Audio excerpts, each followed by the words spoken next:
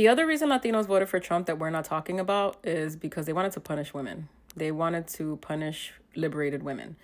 They come to this country, and a lot of them are extremely resentful of the fact that they have to answer to women. And this is something that we don't really talk about, right? But it's something I've experienced a lot, especially from like South American men.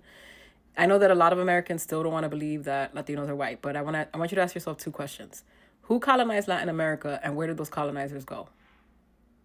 Okay, so they might not be what you consider to be white, as in white American, but they are a flavor of white, all right? The same way that Europeans don't view Americans the same as them, the same way that there are different factions even within America when it comes to like Italians and Irish people and Jewish people and just, WASPs and stuff like that.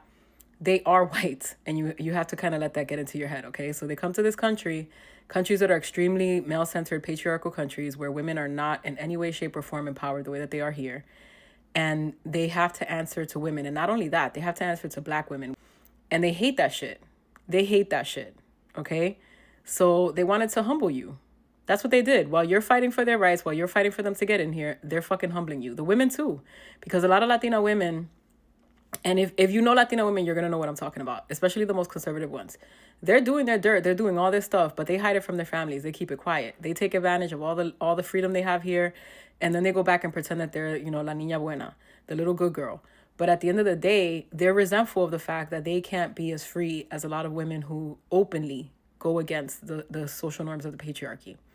And so they want to punish you. They want to humble you.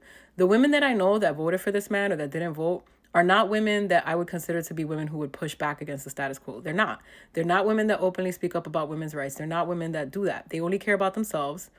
And there is a level of resentment within them to see other women that are not held back by the same things that they're held back because they're male-centered and they don't want to lose that approval.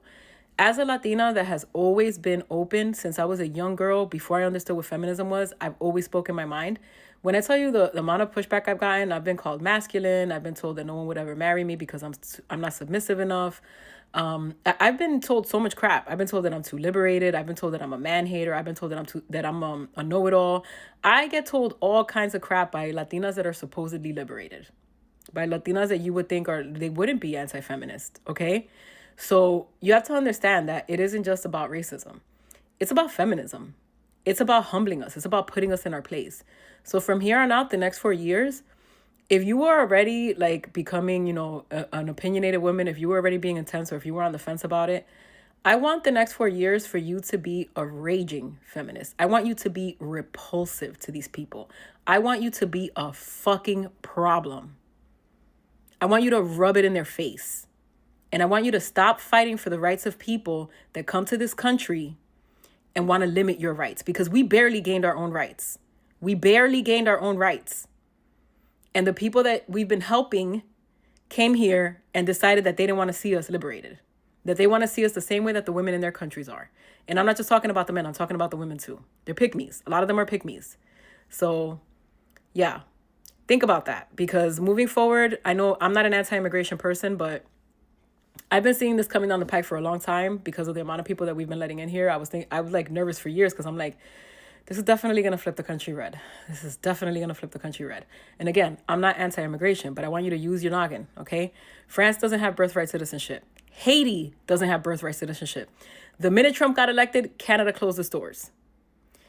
We don't have to be anti-immigration, but we need to have some standards, because we barely got rights and now we're losing them to people who came from their country, and now they're turning it into what they came from. Think of all the people that are behind this. Undocumented immigrants that got elected, that got naturalized, that got citizenship, they voted for this. I know people who were going through programs like DACA. There was another program previously that Clinton had in place. They voted for this shit.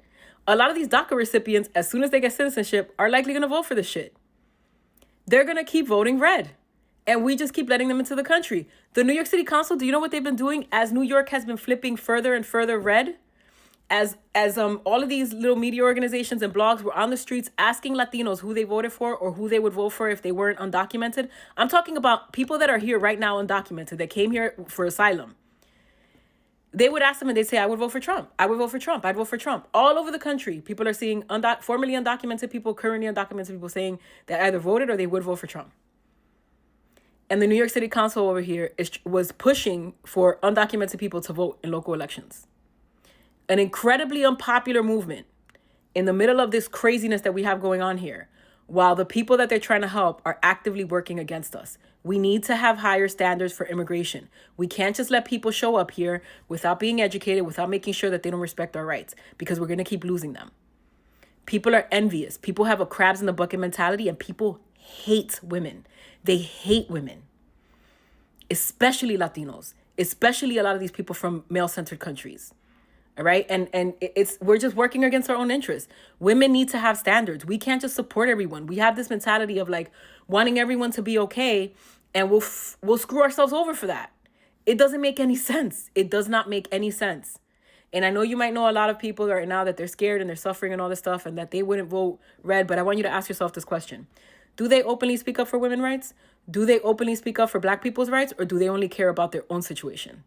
Because this is another thing about a lot of Latinos, even if they're left-leaning. They still want to be approved of by their family. So they're not going to vocally speak out for anything but themselves. They're not going to openly challenge the culture. They're not going to do it. And if they're not willing to do that, they are also a part of the fucking problem. So if you're going to get into this country, you have to be the kind of person that openly fights for our rights. Not the kind of person that comes here and benefits from it, and then you want to shut up because you don't want to make your parents mad. Fuck that shit.